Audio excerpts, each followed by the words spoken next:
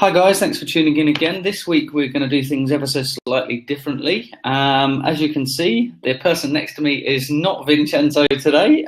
We've got Cara from Right to Right Australia jumping into the hot seat with us today. The topic is still live streaming, but this week we're going to try and find out people's stories behind live streaming, how they're doing, what they've been up to, and why they do it, really. So we'll also throw in a couple of tips and trends as normal as we go through the broadcast. This will be recorded. I know Vincenzo's jumped in. He's not available to stay, but I think he's going to jump in a seat just to let people know that we're here as well. So thanks a lot for jumping in, Enzo. So yeah, this is on the record, so anybody who's found this is also here as a recording on this URL for people to come back and watch the replay. So I appreciate everybody who's here live in the room asking questions, and also those people who have joined afterwards. So thanks a lot. So Cara, live streaming, Yes. How did you get into it, and why do you do it? How did I get into it? I was following a business coach here in Australia, a female business coach, and she said she was going to do something over on Periscope.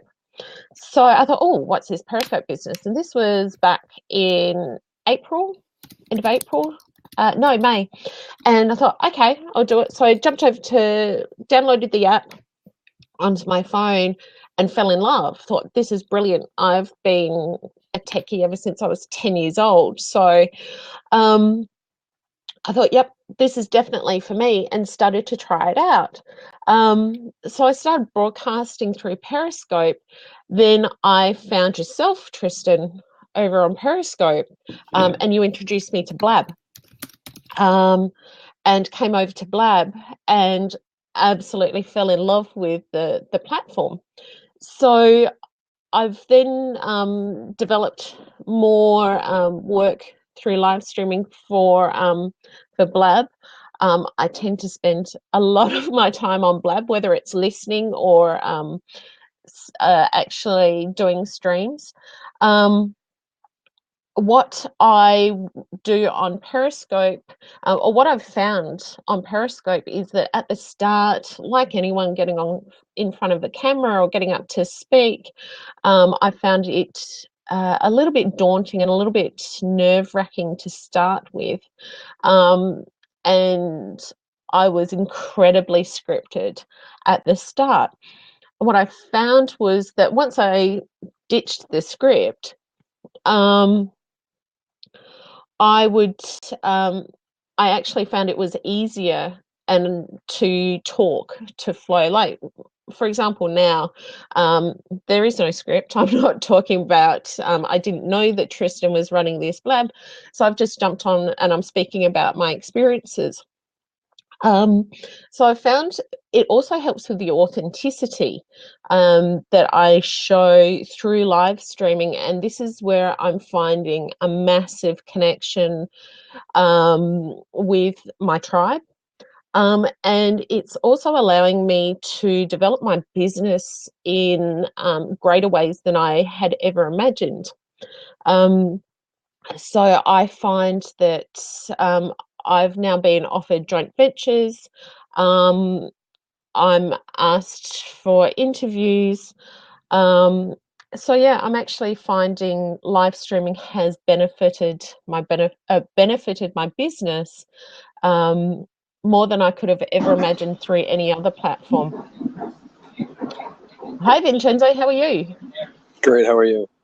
I'm well, thank you. Tristan, I can only see your logo as if you're loading to come in. Hi, Craig.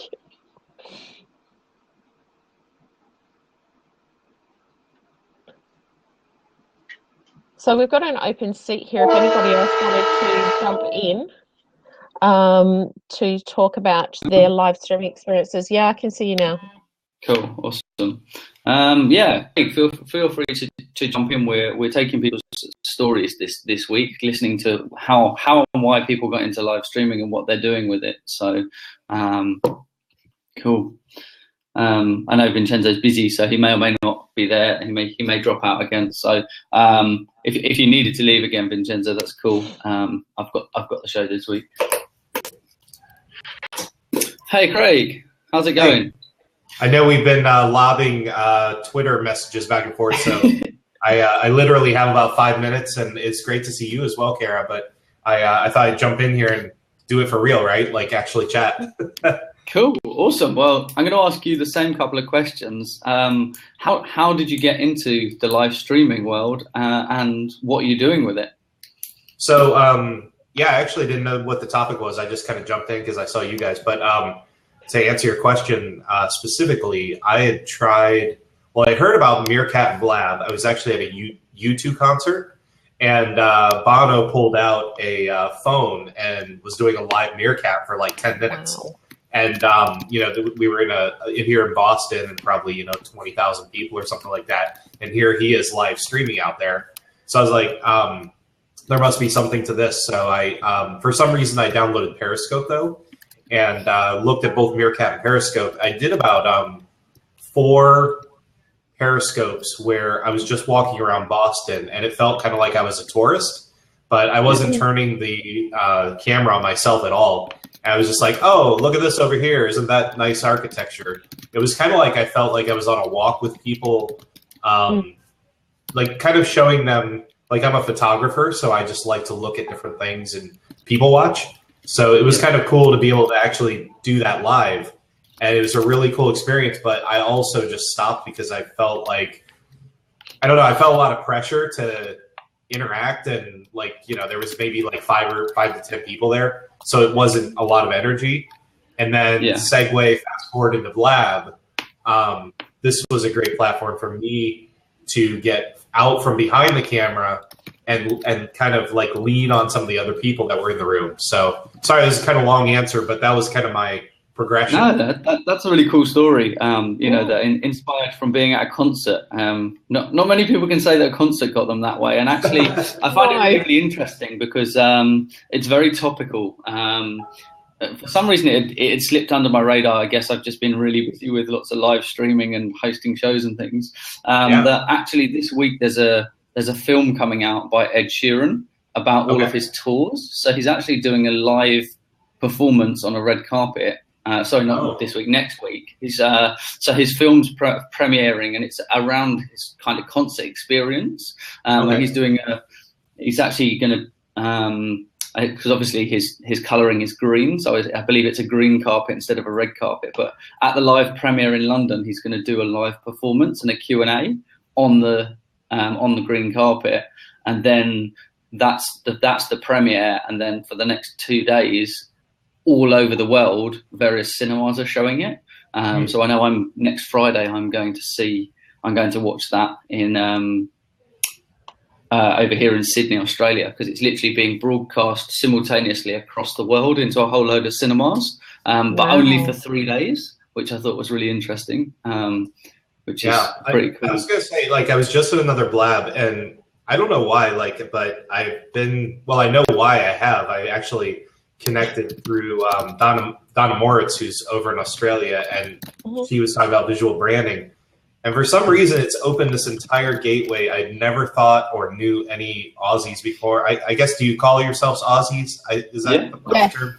So, but I was saying in another Blab that my entire feed is filled with local Australian stuff now because I friended so many people. And for what it's worth, for some reason, I just like Australian people. I don't know. I can't pinpoint it, but it's made me want to actually visit there and go over and meet people and stuff like that. So it just seems like I keep friending people and they connect me with people and all that stuff. So it was kind of weird how, I don't know if I liken that to streaming, but it's just kind of weird how you take this path and then suddenly you are thinking totally different. Yeah, I mean, it's a great way of building relationships and things like that. And like you say, different people are finding different mediums suit them better. Some people love the Periscope. They love that their control and it's their kind of broadcast and they can choose what they interact with. Other people, you've mentioned yourself, you find a much bigger energy for yourself here on Blab because of the collaboration with other people and being able to bounce backwards and forwards from other people.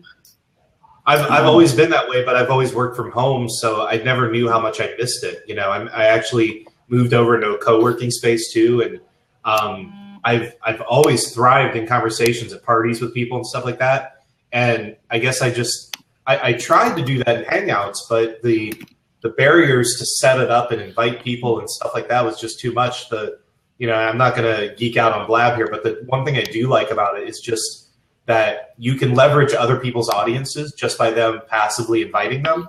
And I like it's like throwing fuel onto the fire of a conversation, and you don't have to schedule it and set it all up. That's probably the one thing I like about it. It's kind of like an in the moment type thing. So yeah, it's also more stable. Yeah, that's probably true too. That's the key. So I'm gonna step out of. There's a bunch of people in here. I think there's another Craig referrals 101 want to jump in. So I will let that Craig take this Craig's position. And good to see you, Sarah and Kara. I'd love to circle back here when we get a chance here. I just want to jump in and say hi to you guys because I know we both have connected, and just wanted to say hi, and we'll catch up soon. Cool. Thanks for jumping in, Craig. Yeah. See ya. So for anyone who's just joined, this week we're doing things slightly differently. We want to hear your stories. We want to hear how you got into live streaming and what you're using it for. I know Jenny Q can't take a seat, so I'm going to chime in a little bit there. For her, I know that she does a fantastic job of doing interviews on the platform. So she's doing the Daily Q show, which is awesome. Interviewing lots of people who are excelling in their field. So if you haven't already followed her, make sure that you're following Jenny Q over there in the chat. Just a huge welcome to everybody who's coming in as we go through the broadcast. Really appreciate you coming in and joining us. We'd love to hear your stories. So it is an open week this week, so please do jump in.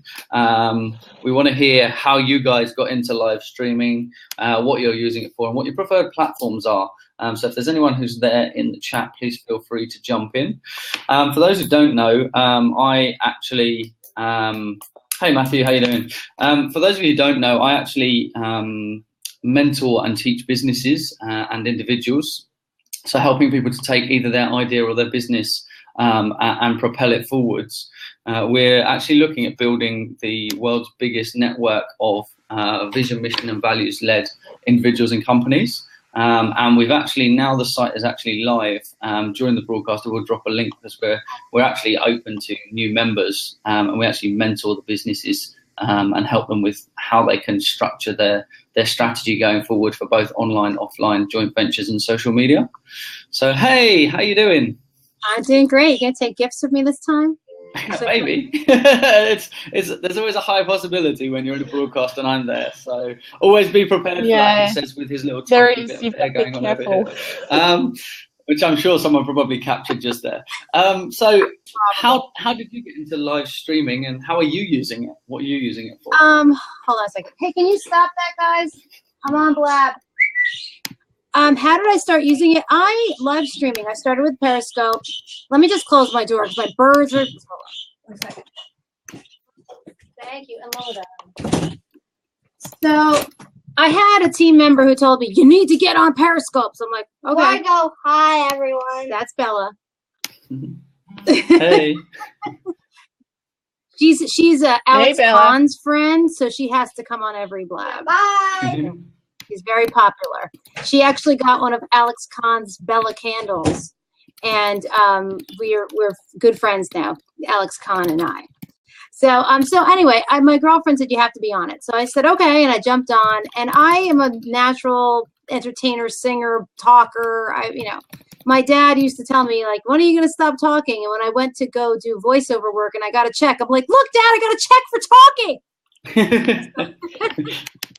So I love it. To me, I feel so at home. I feel like these people are my friends, and I can't, like, it was so cool in New York City when I met Joanne and Jenny Q and Web Evie and all those people that was like instantaneous friends. I feel so at home. So I use Periscope.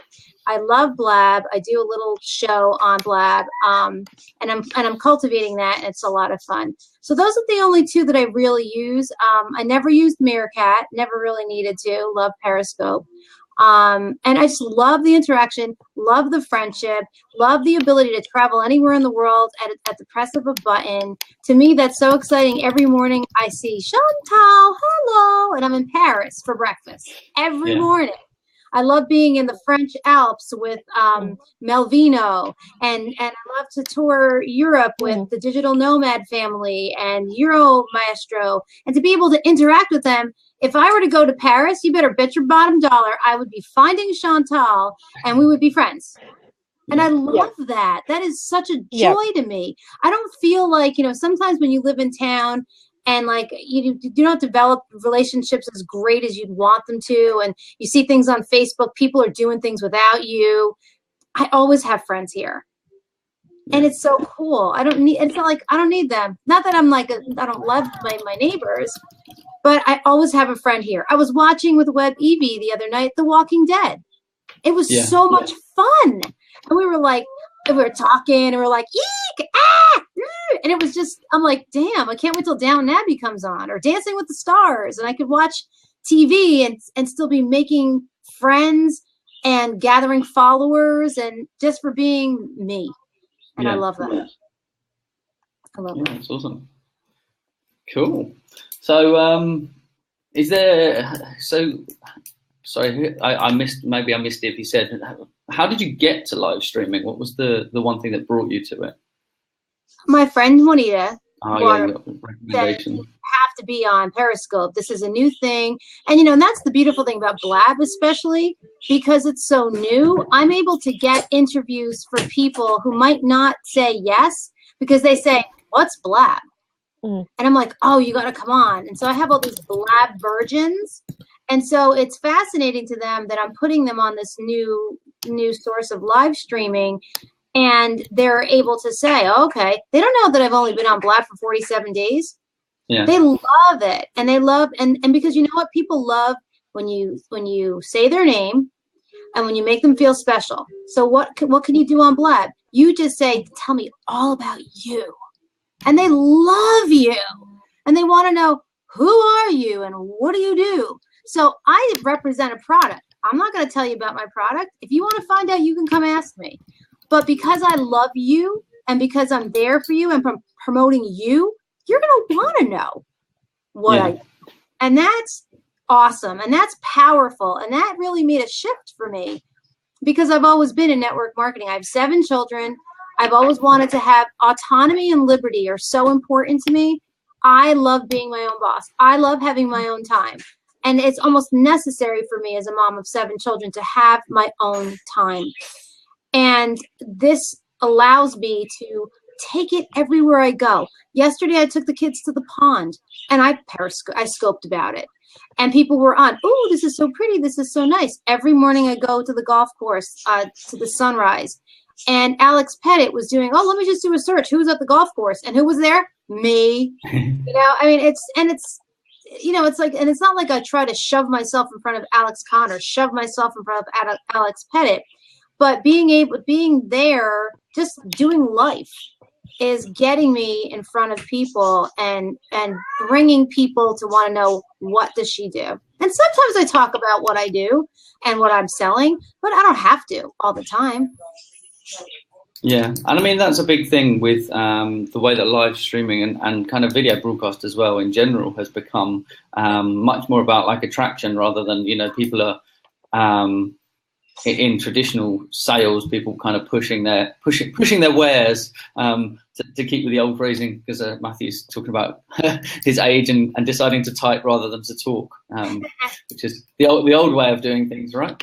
So I mean, it's become much more attraction marketing where people get to know you and therefore want to know more about things, and you don't have to You don't have to go on and kind of say, hey, this is my stuff, you need to buy it. Because people say, hey, I'm really interested, you're really interesting, I see all your broadcasts. What is it that you do? And then they ask you the other stuff around that. So it's the odd mention rather than this is what I do, buy from me, which I think is great.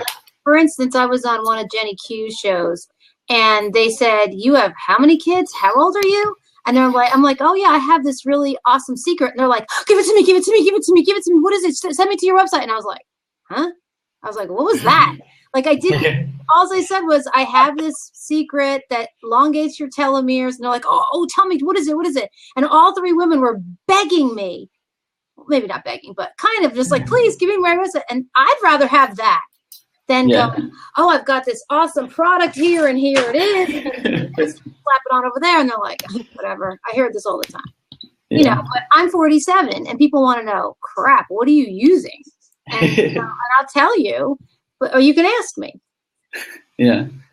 Yeah, and that's it. I mean, it's great that everybody has something to share as well. And I think that's the beauty of the live stream is that people beforehand, you know, it's very unlikely someone will go and write a blog post necessarily about the thing, but because you can just, it feels a little bit less formal as well. You can just kind of jump in and just say, hey, this is me, this is what I do. I don't have to think about it. I don't have to sit down. I don't have to write a long form thing. Did I spell it right? Things like that. And that's actually, in fact, I think that's opened up a whole new realm for people that maybe feared how they wrote things, or that maybe would even like think about people who are dyslexic who have struggled to type and write consistently good content for online, now can come into their own on live streaming, and because they might have the best ideas in the world and never articulate them because they're scared of being judged for not being able to write them properly, which I think is an amazing jump forward. Hey, Roxanne. Hey. How you doing? Fine. How are y'all? Yeah, good, good. So I'm going to ask you the same two questions. How did you get into live streaming, and what are you using it for now? Well, I like the lab a whole lot better. I used to be on Google Plus, whole lot less work. So I come on here more often because I didn't have many hangouts with Google Plus. It's too much work to put into it.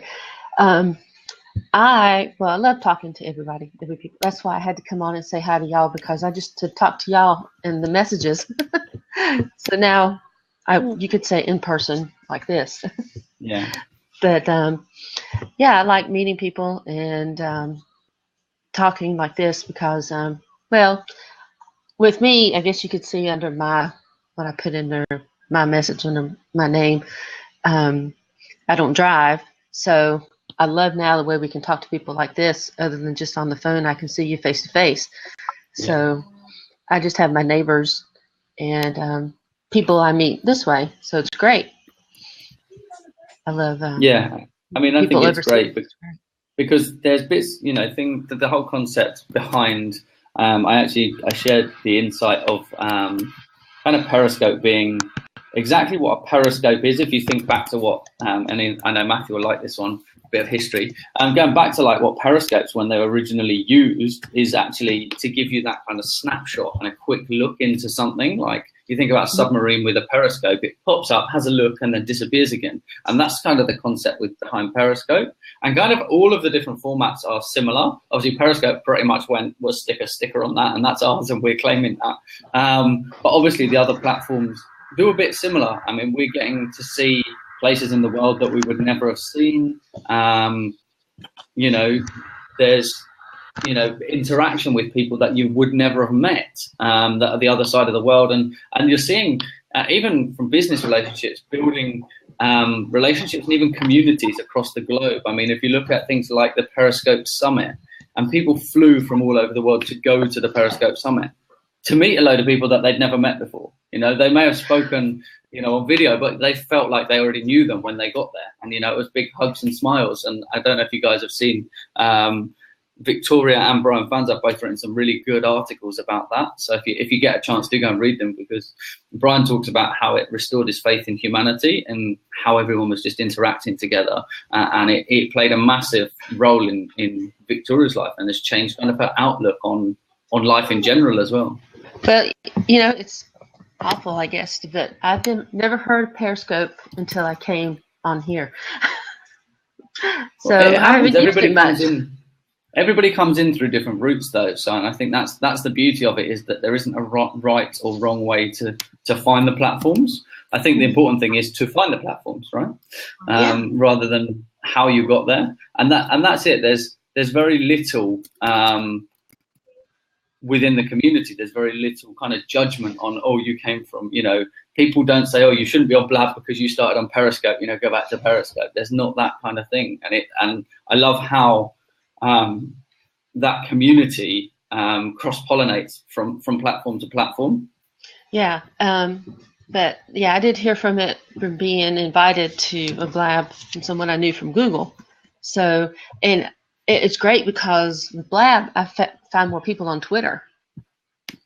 So now that I know, it's great how it's just opened up to Twitter.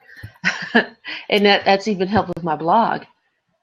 And so it's just the link I just dropped in the chat there is actually Brian Fanzo's his write-up about how Periscope Summit restored its faith in humanity.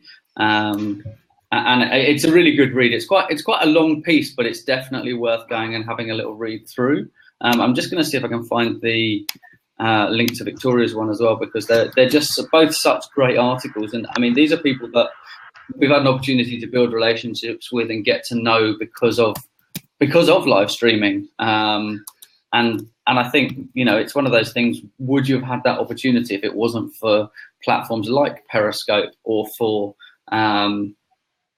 Periscope or Blab or Meerkat? I mean, would you have had that easy access to all of these people who are, doing great things around the world? Exactly right. And the funny thing is, I didn't get a chance to go to the summit, but I went to the Perry Girls party and I met Joanne Pham and Jenny Quinn and YBB and a whole host of other people that are like legit my friends. Like I met them, hugged them, held them, smelled them, drank with them, and I didn't know who they were before. I had no clue who they were.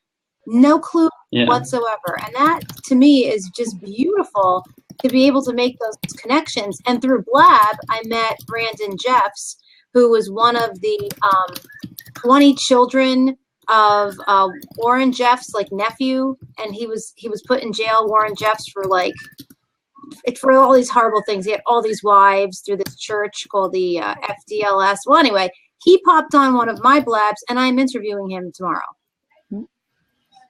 I would have never have met him. He's in Utah. I'm in New Jersey.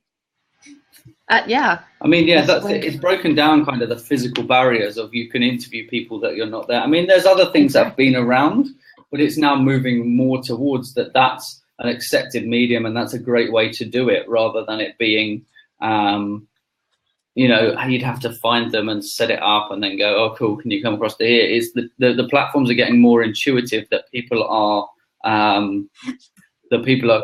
finding each other rather than having to go out and research and find this person, because and I mean, it's a really interesting one when you think about, everyone says about, there's 6 degrees of separation in the world between you and anybody else. Right.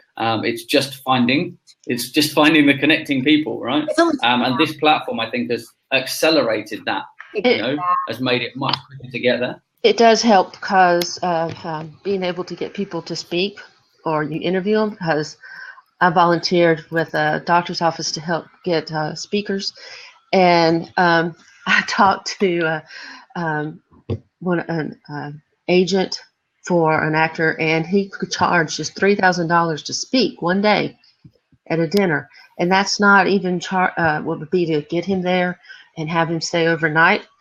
And $3,000. So now, hey, why don't we just get online and be a whole lot easier, just taking up an hour or so. It wouldn't hurt you, would it? Well, I mean, this is a brilliant example. I mean, one of the things that we've done, if you haven't seen it, we actually, I work with this great guy who actually teaches TEDx speakers, and we sat down one day over lunch and said, wouldn't it be great if we got everyone we knew into one room, because they're so knowledgeable in different areas that would make a really good conference. And then we thought, what's different, you know, in the conference space, you know, all these conferences where I'd love to have access to the information and things like that, but they're like the conference is, you know, a few $100, $1,500 here, flights, getting there, hotels, all of that. And so we wanted to kind of shake up the conference industry, and we wanted to shake up the education space. And so we went, what if we chucked everyone in a room and made it $30?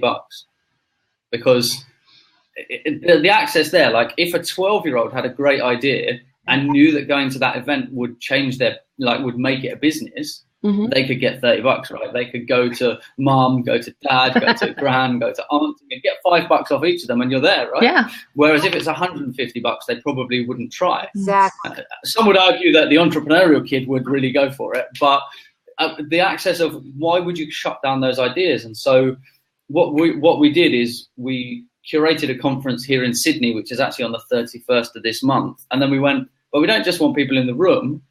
We released a live streaming ticket for it as well, so that because we deal with a lot of people who are over in America who can't physically get here.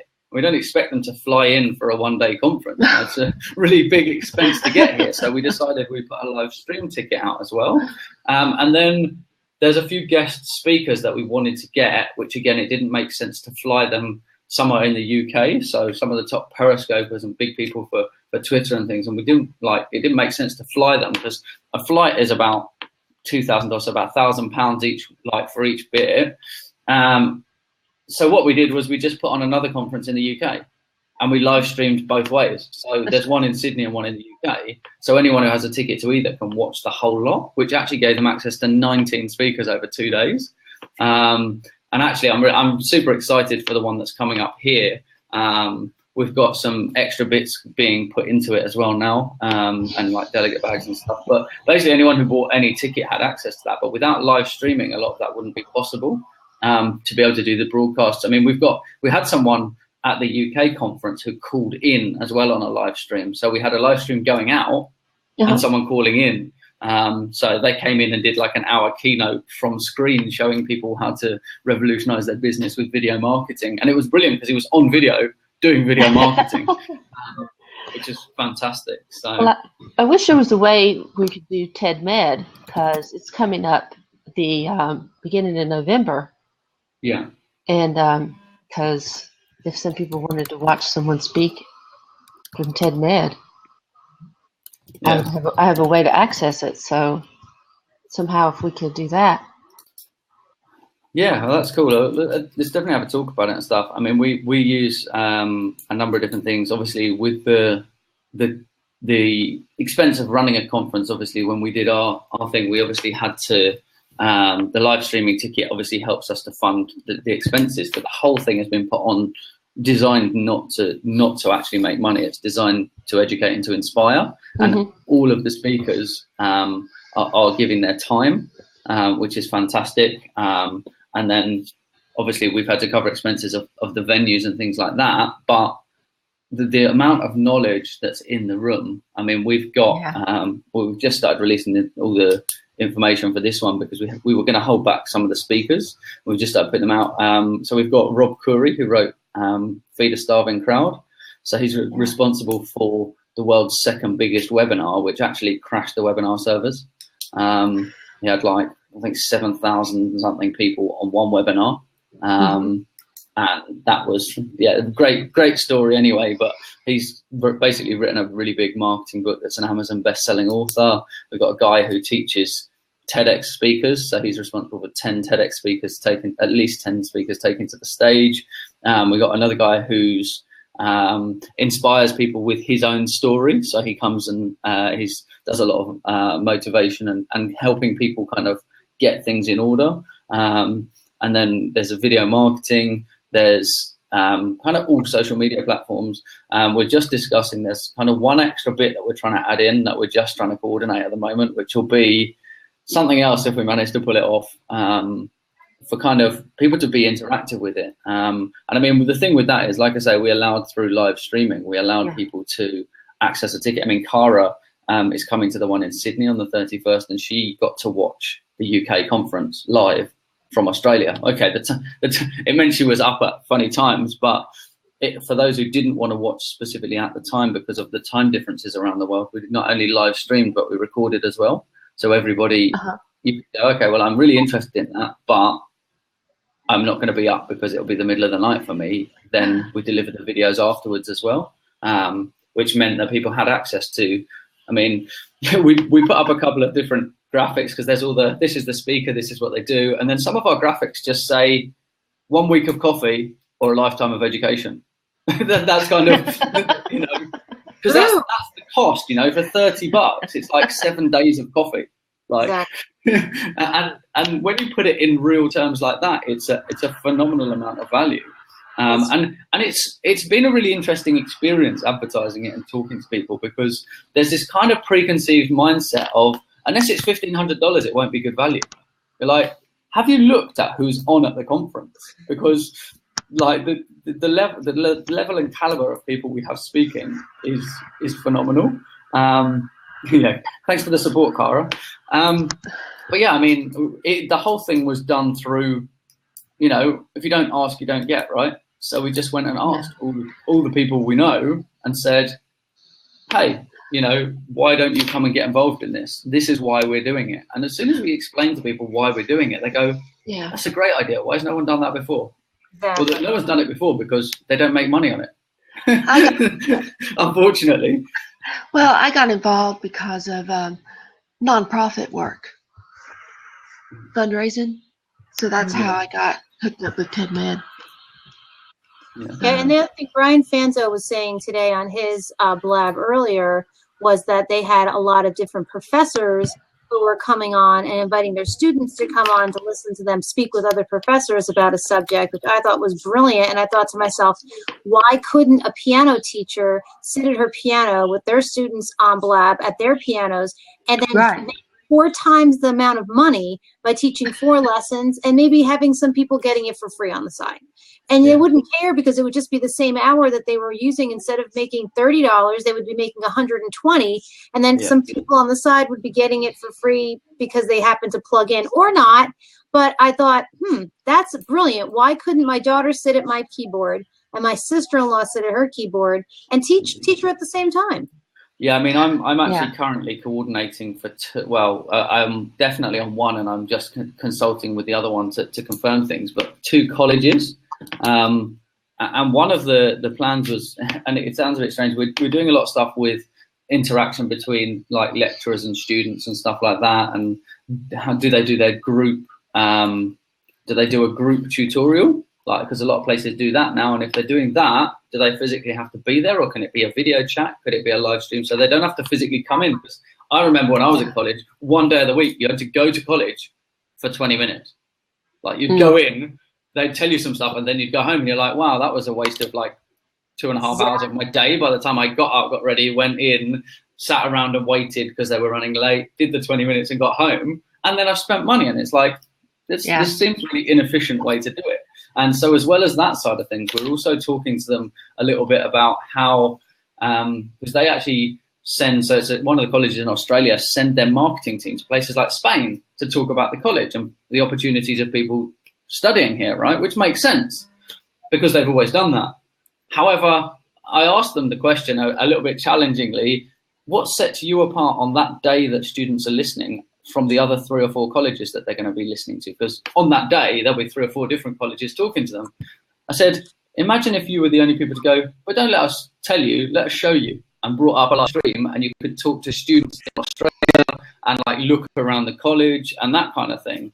And like, depending on time differences, some of it might work, some might not. But if you knew you were doing it, someone could be here in Australia. If it's the middle of the night, they could have the whole college and show them the campus, because that might be enough. That if you listen to 4 things and you were the one that stood out because you did things differently, it shows you're innovative. It shows you're trying to look forward and trying to improve the experience for everybody.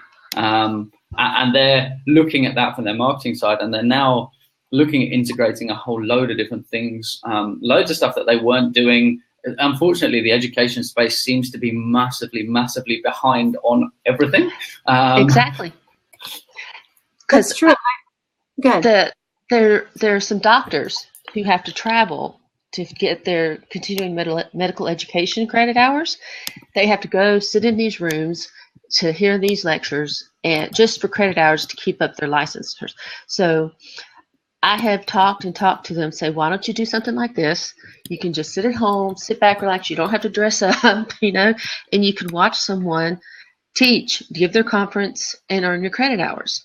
That way, if you still wanted to work, you can still bring in the money, seeing your patients. You don't have to close down your office for a week. Do it like this. But nobody, they won't start doing that. So you need to find some doctors who are wanting to do that. Well, we had another interesting one as well. So I said I'm consulting for a second college. The second college is actually the one I graduated from 15 years ago. I was when I was back in the UK, I was at Business Expo, and I turned around, and because the people on the stands changed throughout the day, because obviously it's dynamic, it's businesses, and they were rotating the people on the stands. And I turned around after going to one of the talks, and lo and behold, the person who taught me to be a chef, because I'm a fully qualified chef by trade, was still. And I was like, it was a bit of a double take moment. And I walked over and, hey, how's everything? We had a catch up. He said, oh, what are you doing now? I was like, oh, come and have a look. So I brought him over to our stand. And literally for the next kind of 20 minutes, half an hour, I was explaining what I did and social media and asking how the college was using it and saying, so why haven't you encompassed live streaming yet? And I showed him like various different platforms, including this. And he was just like, wow, like we need to talk after this expo, because that's a brilliant way to do it. And like some of it within, like some of it would be like, you could bring in, like you say, guest lecturers through live stream. So like, why are you going to spend all the money getting a guest lecturer physically there when you can Q&A with them on a live stream, right? It's not exactly the same, but the amount of extra that you could offer is so much bigger. Like imagine being able to just, as a university lecturer lecturing on whatever your topic is, bringing in 3 other expert lecturers from around the world and having a conversation with your students in the room where they can interact as well. So I mean, this is great as an open one, but I mean, there's other platforms. So we talk live streaming. We're also talking kind of video conferencing kind of side of things that someone said, oh, we're in the education space, how do you do the tutorials like this? Because, it's open. I was like, well, then you'd look at things like a peer.in where it's like this, but private, because those things, there's a sensitivity of data and that it needs to be a closed environment. And they were just blown away that all of these facilities have been here for a while and we just didn't know about them. But until someone comes in and tells them, they're not going to know about it, right? So it's that whole you don't know what you don't know. Until somebody tells you, you didn't realize there was something you didn't know. Right. Kristen, how do you go about marketing yourself to colleges? I do this experiment called the 1,000-day experiment. And so in order to raise my money consciousness, I virtually spend $1,000 a day. So I virtually bought a Mercedes-Benz. On day 10 or so, I bought the Mercedes. So in honor of that purchase, I went to the actual Mercedes-Benz dealer and sat in the car and ended up getting one that was more expensive. And so I kept the pace. Anyway, my point is, I talked to the dealer. He thought I was a little cuckoo, but I showed him Periscope. And I said, you can sell a car to a man in Egypt by showing cars. And they'd ship it. Yeah, they'd buy it. Like you think about Saudi Arabia and... Wait a minute. And he didn't think I was so crazy.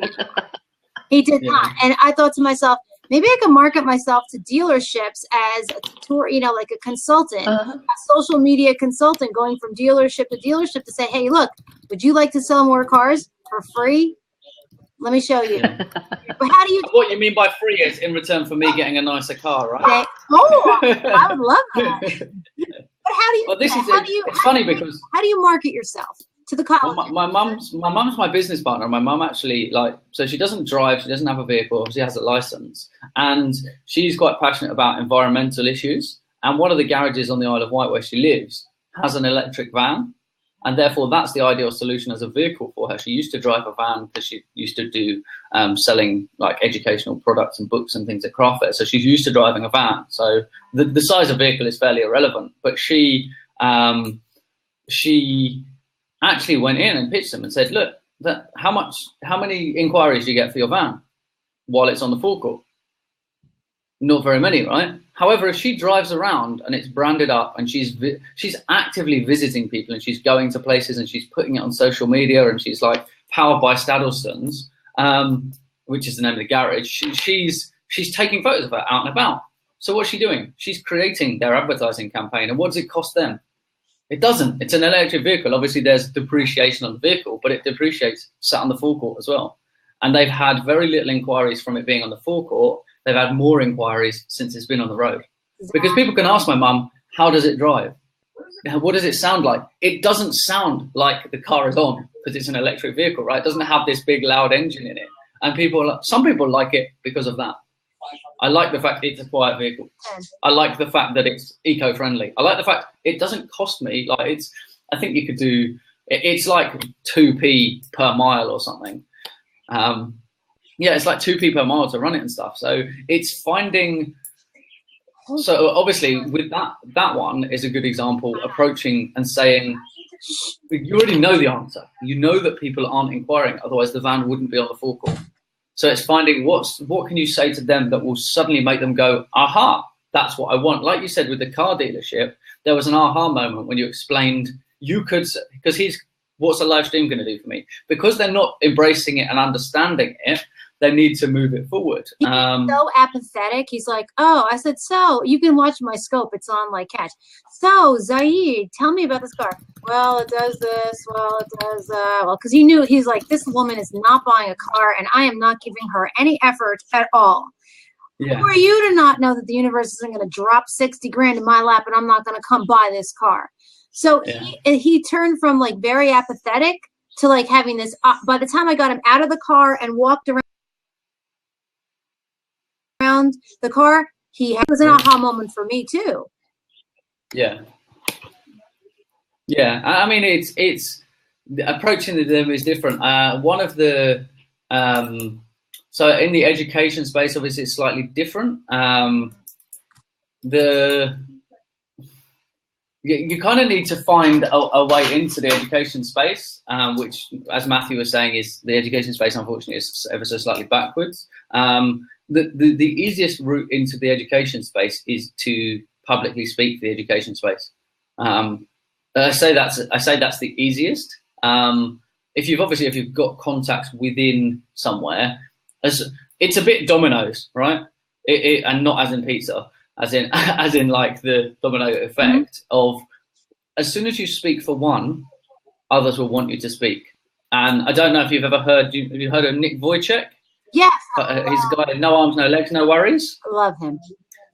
Yeah. So his story, because I saw him live here in Sydney, his story is amazing. Like, I've heard it online, but in person, I was just like, wow. He just rang loads of people and said, hey, I'm a public speaker. Hey, I'm a public speaker. Hey, I'm a public speaker. And obviously it gets easier the more calls you make.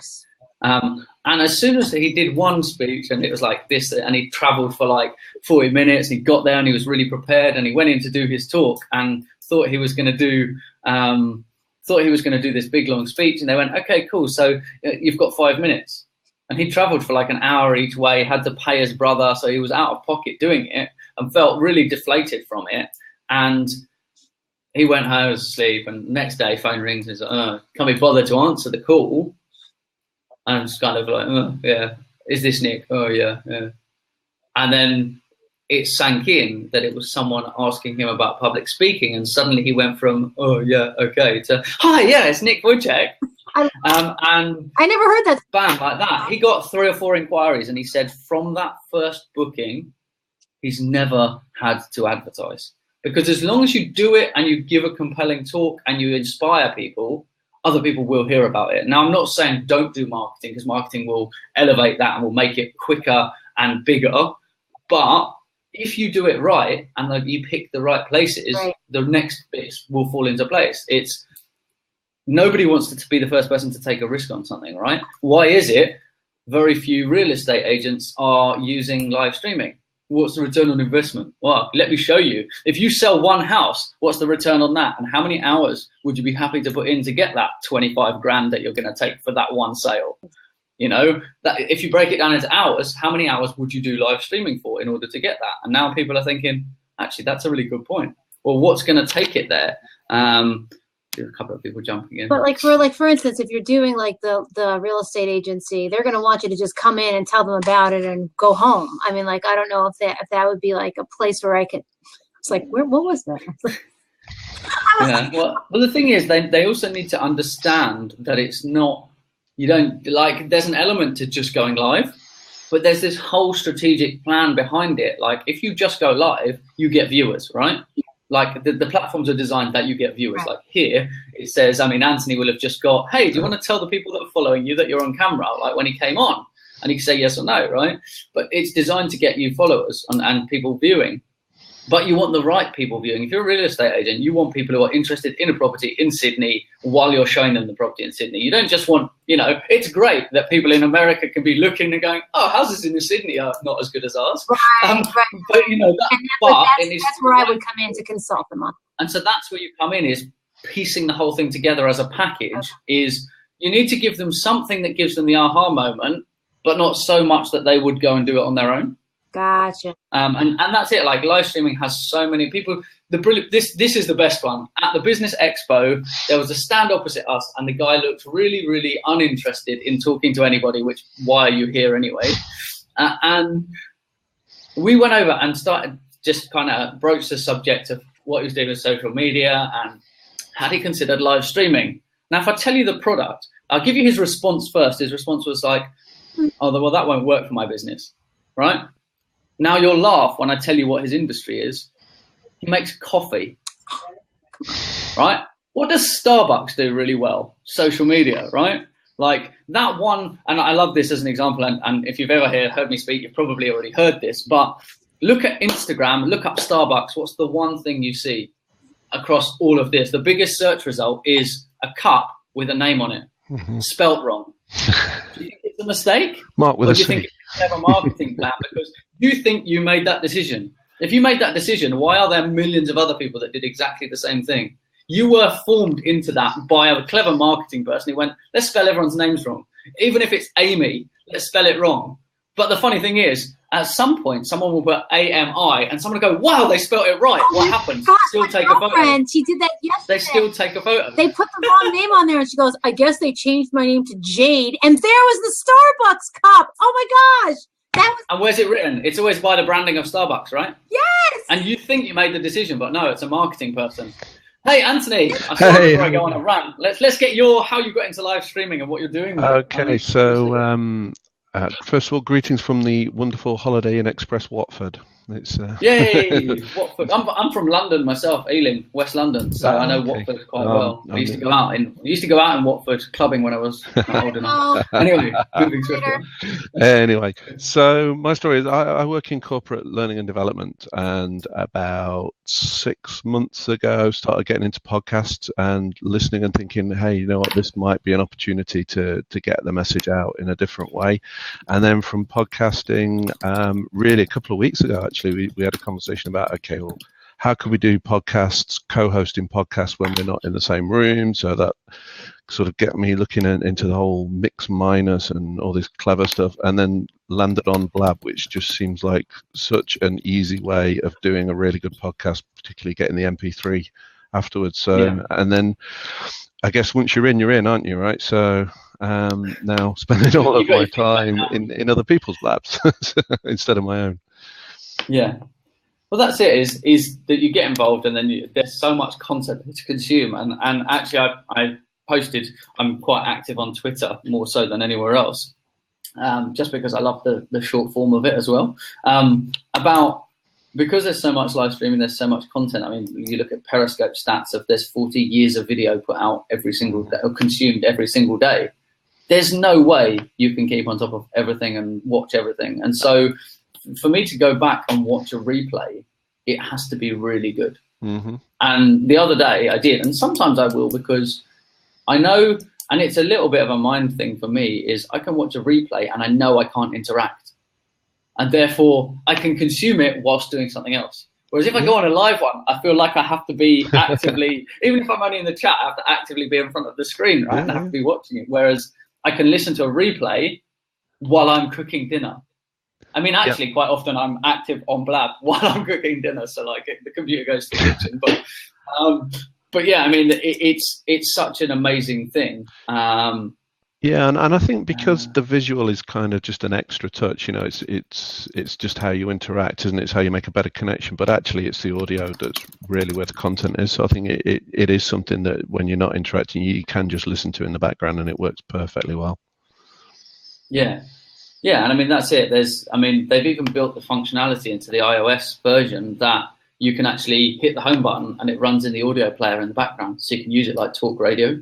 So you can just listen to conversations. The whole concept behind it was behind eavesdropping. I don't know if you've seen the original write-up about the brand and the product. It's designed to be an eavesdropping kind of tool, because you can just come and sit in the chat and listen to people's conversations, right? You don't have to interact. You don't have to be involved. And if you come in and don't say anything, they'll see you come in, but that's it. That's kind of the end of the interaction. If you don't interact, people aren't going to waste their time and their airtime talking to you, right? Absolutely. It was interesting hearing you say earlier on you're a qualified chef, because that's the industry I'm kind of into. I work for one of the big pub companies, and I was having a chat earlier on with one of our kitchen learning and development managers, and we were talking about maybe we could get a blab going with 2 logins, so one's on the chef and the other one's on the food, and we can start to train people via blab, which I think could be really interesting. Yeah. This is another good one. Matthew just asked in the side there about how much and how often are people editing them and saving them back up to YouTube. And my answer is not as much as they should be, although there's now a massive conversation going on around repurposing. It's something that I've harped on about for a long time. Yeah. It's something that needs, why would you create like this? This show's been an hour, right? I could leave this dormant here and not do a lot with it afterwards, or I can repurpose it and create basically the next 2 weeks worth of social media content from it. And with that kind of in mind, there's a link there called Create in 30 that's on Blab. Basically, we, myself and Sarah Moore, who was in early on, I don't know if you were here, we basically are spending, we looked at a live stream and we look at this. This is supposed to be a 45-minute show, but being live, it kind of, the ends stretch a little bit and it always balloons out a little bit. I tend to be fairly hot on it, but when we're getting people's stories, you get into it and it lasts a bit longer, which I'm happy with. But my broadcasts normally now are, if it's 45, it's 45 and we're done. And then with this one, we're compressing it right back down, and it's slightly odd that it's a half-hour show on live stream. So it's 30 minutes, and we're basically each episode, it's a weekly show, and each episode we're going to concentrate on one element of a really good content creation and show you start to finish in 30 minutes how to do it and how to repurpose it. Yeah. So if you write a blog post, what to do with it. If you were to create have a blab, what do you do with it afterwards? If you were to Periscope, what do you do with it? All of those things, because there's no reason it should take any longer than 30 minutes. If it's concise and on topic, and we are opening to Q&A. We're going to do like the main bulk of the content, but the Q&A section revolves around the number 30. You've got 30 seconds to tell us what it is you need to know on screen, or we just boot you out, because it's a 30-minute show, right? We can't waste more than 30 seconds. It's like how much is a 30-second advert on the TV, right? It's the same concept. We're a 30-minute show, so if you take longer than 30 seconds, sorry, the show doesn't work. And so yeah, we're going to do that, and that's what it is. The link is up there. It's Create in 30. It's the link that I've just dropped on the side there. So the first the whole idea of repurposing is something we're really looking at. So this afternoon I spent a little bit of time editing a YouTube video, just pulling the audio out, trimming it back down. It was a 10-minute video. I got it down to 2 minutes of just the real key nuggets, put some different graphics in front of it, and hey presto, you've got some new content, and you can use it in a very different way with a different audience as well. So I think we all need to get better at that. Yeah, as an example from that show, sorry, and we'll get to you in a sec. As an example from that 30-minute show, basically our challenge is that as soon as that show finishes, we've set ourselves a deadline of 1 hour to get the content on every platform to show that it can be done, right? Like there should be something on Instagram, there should be something on Facebook, there should be something on Google+, there should be something on Twitter, there should be something going out on YouTube, right? And whatever that is, whether it's a quote, whether it's an animated GIF, whether it's a screenshot, whatever it is, there should be something across all the platforms, right? We're doing it within an hour, like just to show that it can be done. Mm-hmm. But now think, if we do that in an hour and you've created 4 or 5 screenshots and quotes and little animated GIFs and video snippets, that's your month of content. You do a 1 hour show and then spend an hour afterwards repurposing it. Hey, that's a month of content. Now I can sit back and don't have to do another show, right? But everyone's jumping on and doing these shows and being live, and there's this whole let's get involved and let's talk all the time. Great. But you're not actually using the content you've already created. Why are you creating content and not using it? Because that's a massive downfall of people. And it's shiny object syndrome of, oh, let's get involved, let's be involved with it. But step back and use it properly. It's everything. Absolutely. Periscope, Meerkat, Blab, YouTube, whatever it is, Facebook, Twitter, they're tools, right? They're tools to tell a message. And everyone's concentrating and now getting stuck in this kind of black hole of just getting on for the sake of getting on and talking for the sake of talking. That's right. And certainly in the learning and development industry, you know, we've been masters of content creation forever, and we just keep churning out more and more and more and more content. And you know what, instead of creating some, maybe we just need to start curating some content. There's some great content out there. Let's just find a use for it. Sorry, and I'm just going to do one more while we're on education space. It's an interesting one, actually, because there's 2 examples. I'm not going to name them, but there's 2 different examples that I've seen recently. Someone who was out publicly speaking, who was like, oh, this is me, this is who I am, this is what I do, this is why you should trust me, and showed us their show reel, and it looked really dated and like from 20 years ago. I'm like, that shows me that you're riding off a success from 20 years ago, not that you have current knowledge. So that's the first example. And the other one was, again, datedness again. Somebody who's supposed to be at the forefront of their industry got up, and I look, the thing loaded on screen while they were stood in the room, so you could do the comparison, and it didn't even look like the same person, right? That's how dated it was. And you're like, so you're riding off a success you had 10 years ago. I built this, great. What have you done since? Because that tells me you're not innovating, and you therefore maybe aren't up to date. There's a guy that I know that works for Virgin Media, who he's like a really techie guy. But he moved out of the tech space because the tech space is one of the few industries where you don't get rewarded for your experience, you get rewarded for your current knowledge. And so he moved from tech to management because he's getting a bit older. And he said, the older you get, the harder it is to keep up with the latest trend. And you slide down the pay scale rather than going up based on experience. So he moved to management. Anyway, Ian, hey, thanks. Thanks for jumping in. Thanks for being patient with us whilst we have a little rant about education. You're out of time. So I'm going to ask you the 2 questions I've been asking everyone who's jumped into a seat. Happy. How did you get into live streaming, and how are you using it? Okay. Let's start with mine. How I got into live streaming was let's go back a bit further. One of the things I do as part of my public speaking stuff, and a lot of my training, started with Toastmasters. And over the last 3 years, we've been biting off this same saveloy that we're all doing in Blab and saying, how do we do that online? Because we've got people all over the world. Some people are really hard to reach. So we started doing pilots. And now we're starting to have Toastmasters clubs that always used to meet in your local hall or your school or wherever, restaurants in my case, and actually going on video. So we've done some pilots, and now that's possible. How am I using it personally? I've been obviously riding that wave of having trained so many people in speaking to do more of it. So I've been using Blab, much like you guys have, and pursuing live streaming there. But before Blab, I was also doing panels and educational content through Hangouts and YouTube, through various channels that I was using. So I've been using it quite a lot. Blab is just a really nice format that works really well for what I do, because I'm really more of a facilitator rather than a salesperson presenter. I'm a facilitator, I'm a trainer, I'm a helper. And that's how I approach the problem space for me. Which is how I go around to education, of course. Like Toastmasters is an educational organisation, but just by connections there, because there's a lot of teachers in that space, I've come across a number of them who are reaching out, trying to do live streaming activities to share their knowledge. Because while they're often in schools or in organisations, they're very lone in their approach. They build their own product, their own content to meet the curriculum need. And so they're often, they want to share their information across the industry. And live streaming is fantastic for that. And I'm not sure of which education niche your topic came from, because I sort of came in as you changed topic. It was quite broad and general, actually. So it was just kind of how it could be used. So in the last 12 months, I've presented sessions at 2 useful conferences that I think are the influencers of the future. These are educators from university level down to school level who are looking to share their knowledge.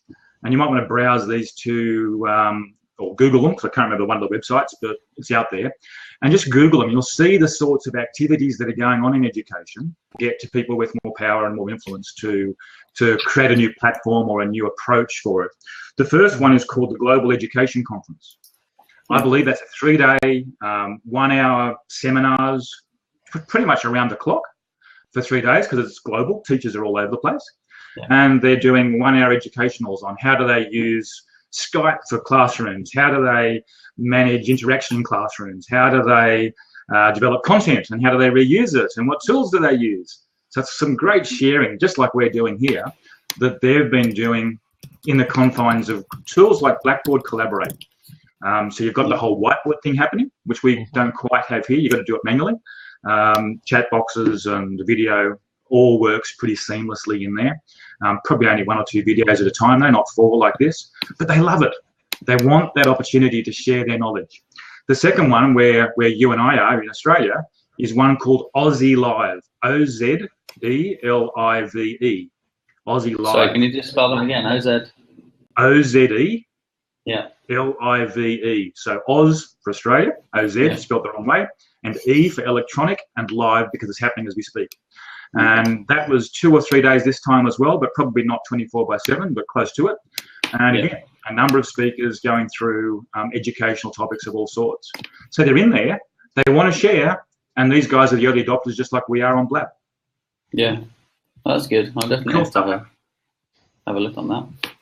Cool. No, that's what I wanted to share. Thanks for jumping in and sharing. Really appreciate you jumping in and spending some time with us as well. Whereabouts are you based? I'm in Melbourne. Ah, cool, awesome. Grew up north of Sydney and spent time in Sydney, so I love Sydney as well. But home's in Melbourne now. Cool, awesome. I'm actually going to wrap up now a little bit because we are a little bit over the time that we normally are. So thanks a lot for everybody who's come in, shared their stories, joined in the conversation. Very, very passionate about seeing the education space use things innovatively and to change kind of how things are done and encompass all of that. There's been lots of good examples of how it can be used in different industries, from the car industry, real estate industry, education industry. So that it really is a really interesting topic. So I just wanted to say thanks a lot to everybody for joining us this week. We really, really appreciate you coming in week on week.